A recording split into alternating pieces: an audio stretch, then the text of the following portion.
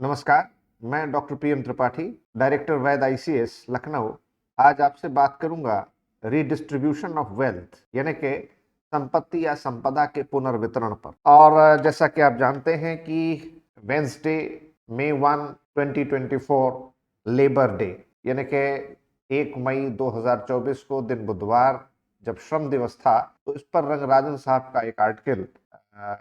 The Hindu में प्रकाशित हुआ। और आजकल ये पूरा मुद्दा बहुत ही बहस और मुबाहिसे के, चर्चा के, विचार के, विमर्श के बीच में बहुत ज़्यादा लोकप्रिय हो रहा है, क्योंकि हाल के दिनों में कांग्रेस ने और दूसरे कुछ उनके साथी दलों ने एक विचार प्रकट किया, जब कांग्रेस के सलाहकार सैम पित्रोदा ने विरासत कर लगाने की बात की थी, और इसके बाद जो बीजेपी और उसके सहयोगी दल हैं उन्होंने उस पर अपनी प्रतिक्रिया दी। हालांकि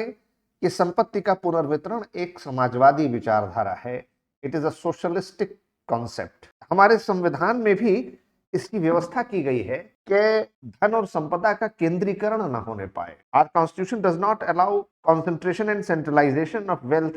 एंड मटेरियल रिसोर्सेज। और ये कैसे हो सकता है, कैसे नहीं हो सकता है, इस पर विचार करने के लिए मौजूदा दौर में, मौजूदा वक्त में सुप्रीम कोर्ट में एक 9 जजेस कॉन्स्टिट्यूशनल बेंच भी बना दी गई है। 9 न्यायाधीशों की संविधान पीठ काम कर रही है। और ये पूरा मुद्दा आजकल चुनावों में बड़ा सरगर्म है, बहुत तेजी से इस पर बातचीत हो रही है। और हमारे संविधान के भाग 4 में, जिसमें कि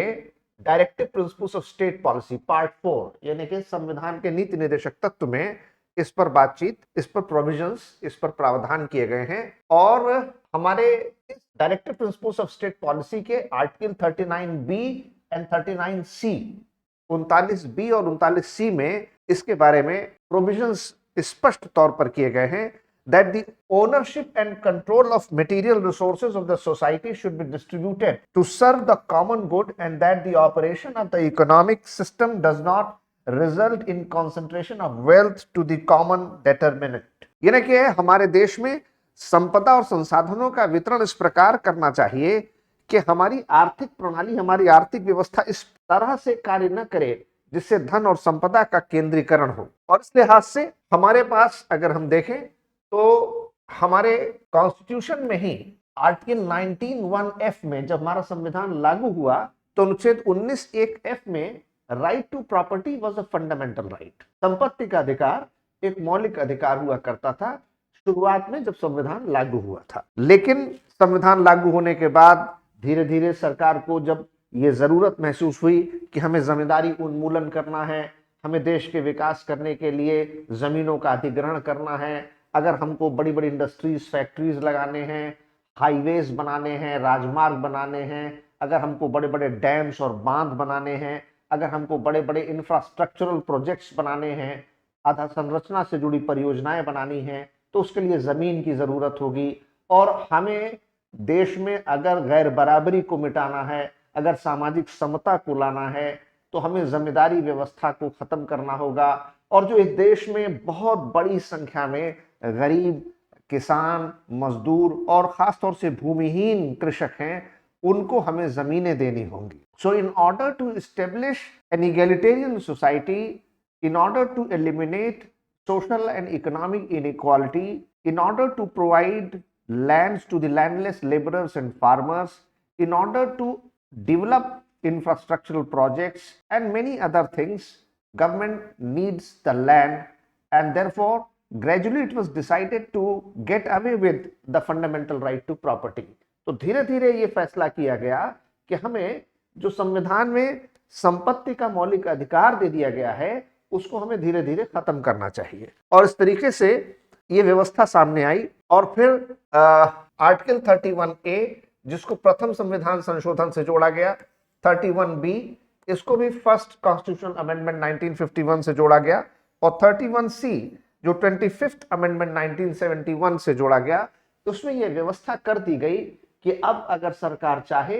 तो इस तरीके के laws made for acquisition of states etcetera shall not be void on the ground that violated fundamental rights including right to property। यानी कि अब यदि सरकार चाहे तो धन और संपदा का, जमीन का अधिग्रहण कर सकती है। फर्स्ट अमेंडमेंट 1951 31A और इसी के साथ 31B में यह कहा गया कि made laws placed under the 9th schedule immune from judicial review on the grounds of violating any fundamental right. In Coelho case 2007, the Supreme Court held that laws placed in 9th schedule after April 1973 would be subject to judicial review. इसमें यह व्यवस्था की गई कि संविधान में एक 9वीं अनुसूची जोड़ी जाएगी और 9वीं अनुसूची में अगर संसद या विधानसभा द्वारा पारित कोई कानून रख दिया जाता है तो न्यायालय उसकी समीक्षा नहीं कर सकेंगे। और इस तरीके से जमींदारी एबॉलिशन एंड लैंड रिफॉर्म्स, जमींदारी उन्मूलन और भूमि सुधार अधिनियम सहित बहुत सारे कानून सरकार ने इसमें रखे। लेकिन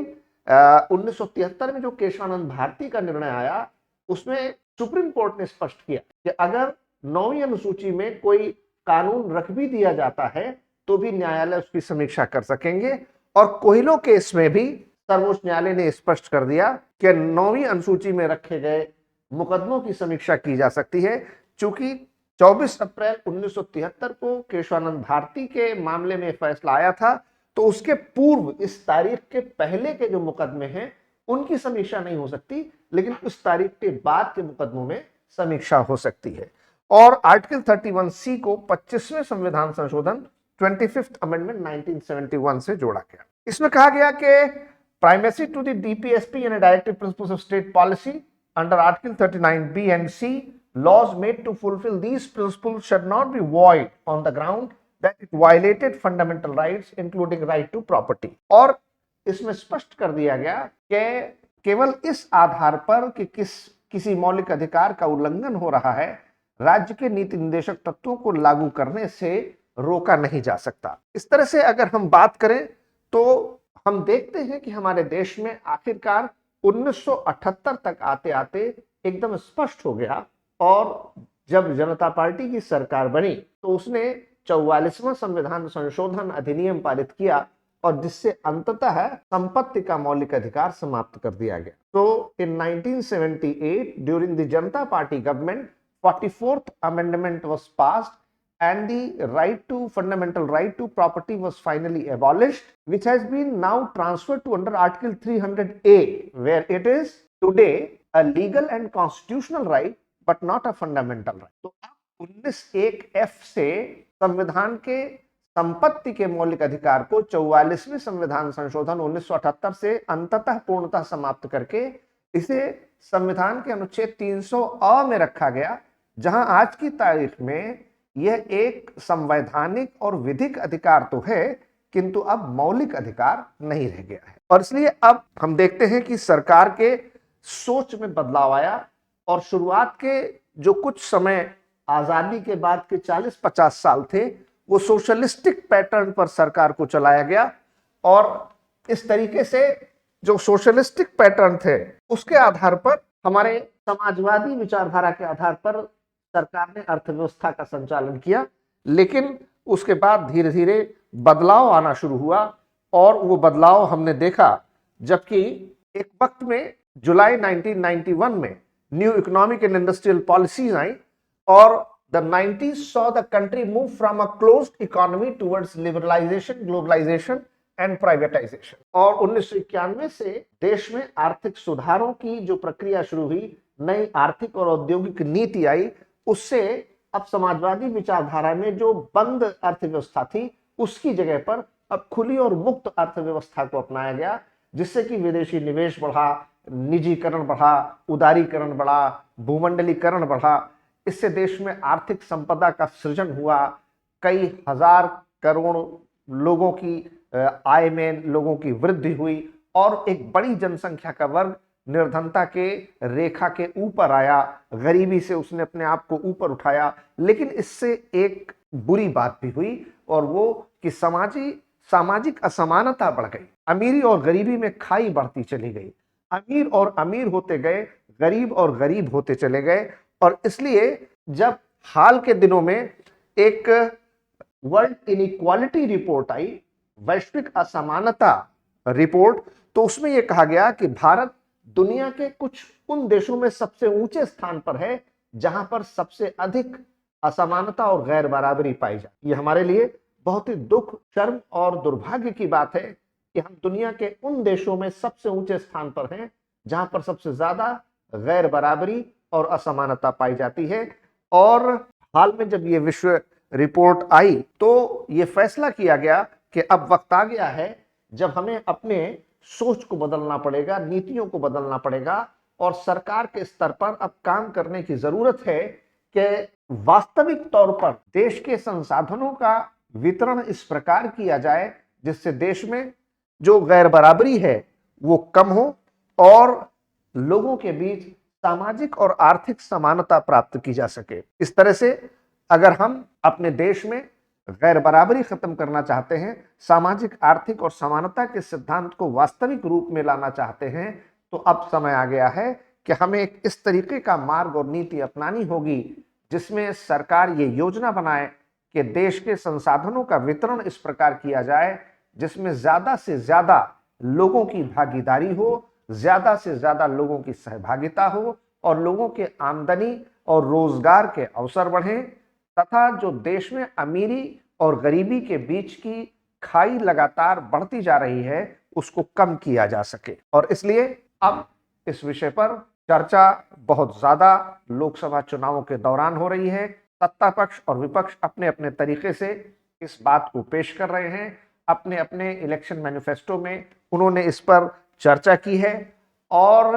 आने वाले समय में देखना होगा कि सरकार राज्यों में और संघ सरकार केंद्र में किस प्रकार की नीति बना करके इस गैर बराबरी को खत्म करने की योजना बनाती है। धन्यवाद। जय हिंद।